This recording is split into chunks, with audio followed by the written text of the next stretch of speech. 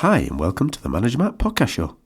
Hope you're keeping safe and managing through your people to get the results you want to achieve. Please, if you could do me a massive favour and rate the Manager Matt Podcast Show wherever you get your podcast from. It helps others find the cast and hopefully improve their management and leadership skills in the future. And as always, please don't forget to drop me a line on whatever you want to engage on.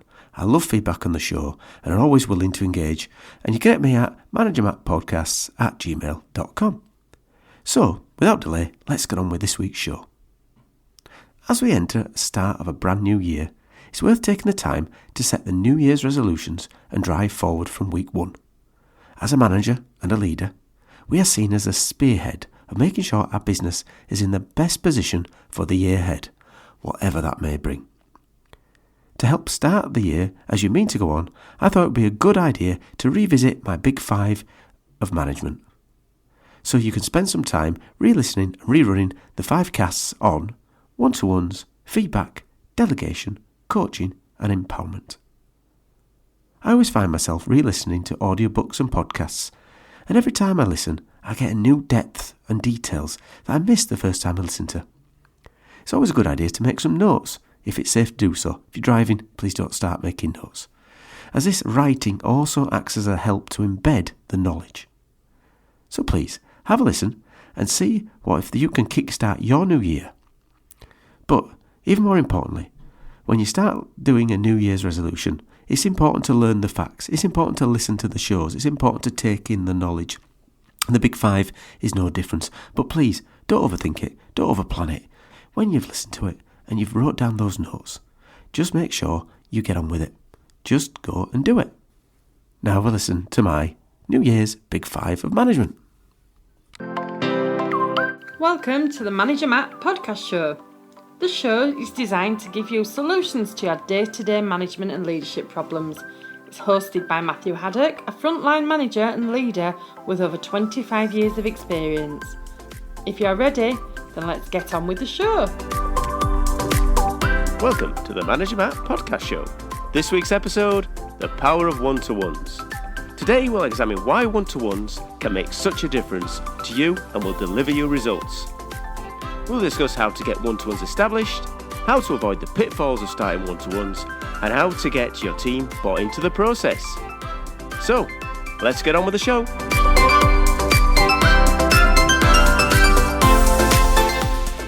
If you haven't noticed, or unless you work in a robotic factory with no people, your directs impact massively on delivering results, and you and your business need people. As I've said before, and I'll say over and over again, management is about delivering results. Without motivated people in your organisation, your teams will find it harder to hit their targets and be successful. As a manager, you're not a doer anymore. You're a leader, a motivator, a path clearer for your team.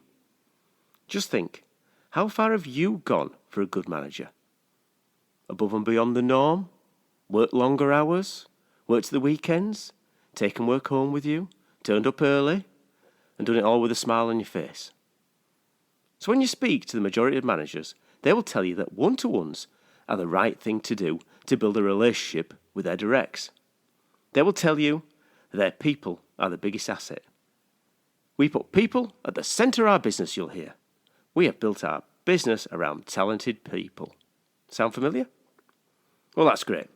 Managers must be spending all their time with their directs, right? Well, maybe not. So why are one-to-ones done so badly at most businesses? Why do people get frustrated when they can't get time with their boss? Let me walk you through what happens. In reality, poorly trained and underprepared managers will come at one-to-ones like a bull in a china shop. They'll get a memo from HR, or an email these days, telling them that they need to do one-to-ones is the most important thing to do. So they'll do one-to-ones. This is okay, the manager thinks. Let's do one-to-ones. So, what does he do? The first thing he does, he goes and approaches one of his directs, when he's out in the workplace. And he says, "Hi, how's it going? You okay?" And the employee replies, "Yes, all good, boss." The manager says, "That's great. Well, I'll see you soon." The manager thinks, one-to-one done. All good. Take that off the HR list. Boom. The employee thinks, Well, it's nice to see the boss, isn't it, out and about? He's usually sat in his office. Wonder when my one-to-one is. Really wanted to get some time with him to talk some things through. Well, I'm sure he'll reschedule one. I've seen this. I remember asking my peers at a new job, do we have a one-to-one system here? The man who I spoke to enthusiastically said, yes, we do. I said, oh, great, a system, brilliant. Is there some standard forms I should follow? No, I just ask everyone every day how they're doing. They all say it's great, and then I've done my one-to-ones. Oh, I see. So that's what they thought one-to-ones were. So what is a good one-to-one? What does it look like? Well, a good one-to-one is time with your directs. It's their time with their manager. It's time to get to know them, what makes them tick, what motivates them, what's happening outside the work walls that might affect their output for you.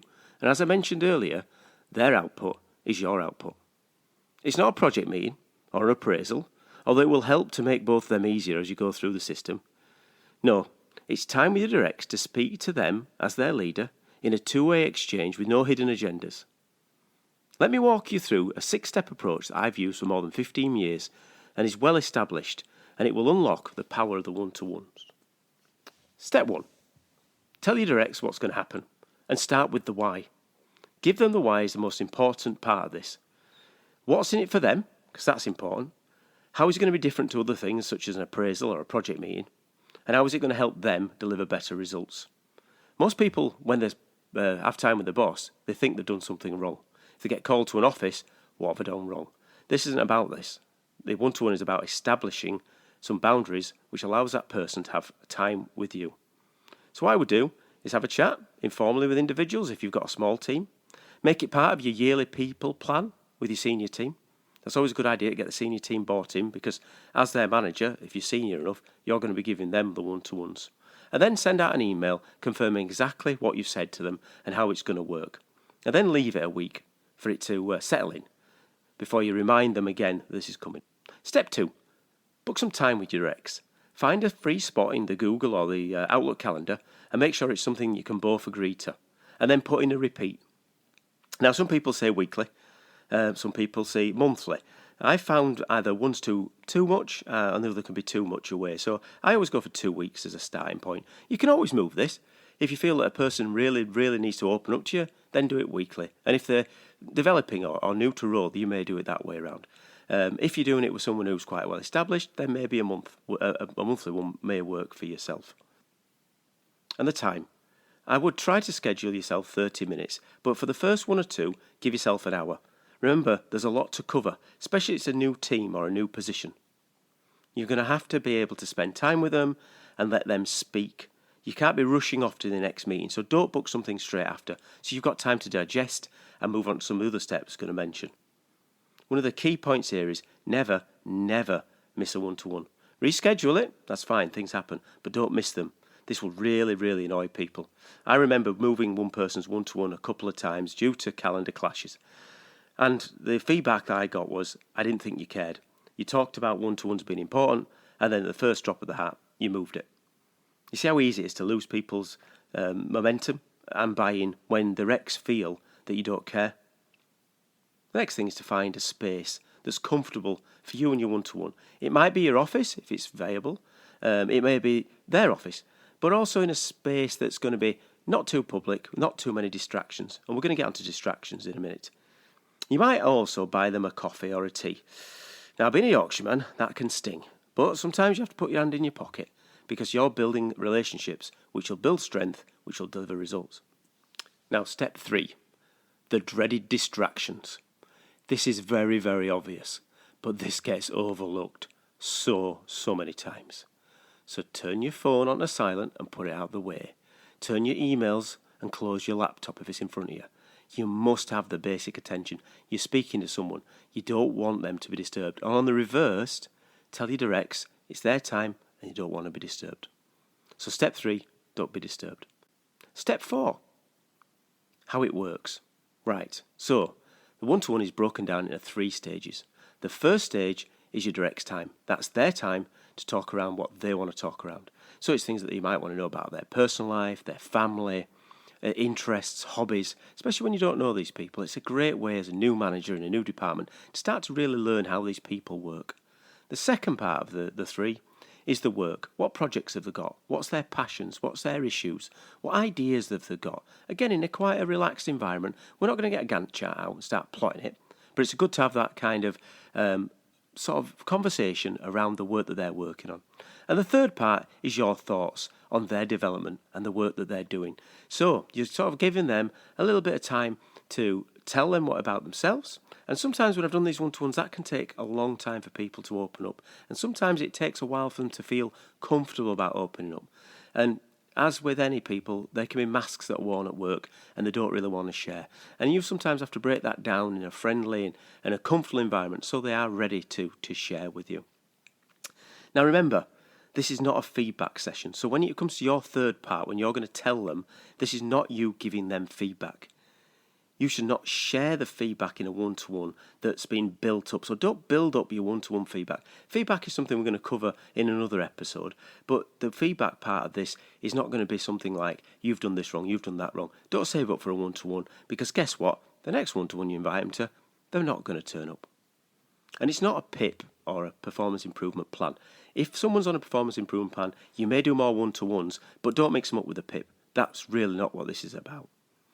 Now, step 5, that's the end. Now, the end of it, I try to end with, is there anything I can do for you? Is there anything else you need help with? Is there anything we can clarify?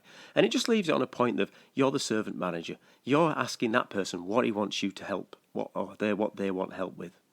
And then the last section, and the section that some people do forget, in step 6, it's about reviewing and recording the action. So you want to record the action somehow. Make notes. Some people use it. I've used it electronically sometimes. Some people like it in paper. And then send that to the direct. So they've got a copy so they can look at what actions they want to be taking for next time you have a meeting, or any projects or advice that you've given them. So those are the 6 steps of the one-to-one process. Let's run through them just one more time. 1. Tell your directs their intention. To start with why. Step 2. Book time with your directs. Make sure they are free and ready to take it. Step 3. No distractions. Obvious one. Step 4. Make sure that they know there's 3 sections to this one-to-one. Their section around home, their section around work, and your section around development. Step 5. End it with, what can I do for you? Is there something we can clarify? Is there anything else I can do? And step 6. Record it and send it to your directs. Well, thanks for listening on how to deliver one-to-ones. Now it's over to you. You have the background of why it works. You have the context of how it will deliver results to you. You have the step-by-step guide. Now it's up to you to take action and start seeing the benefits. So what are you waiting for? Do it. Nothing comes from nothing. Okay, that's it for me, Manager Matt, this week. Thanks for listening and goodbye. Thank you so much for listening to this Manager Matt podcast. We hope you found it interesting, helpful and actionable. One last thing, please leave a quick review on iTunes or with your podcast provider, as it helps to spread the word of Manager Matt. If you haven't already done so, please subscribe to the podcast, and if you did like anything in particular, send an email to managermattpodcast@gmail.com or visit managermatt.co.uk for more content. Feedback is a gift, so let's keep giving. See you next week.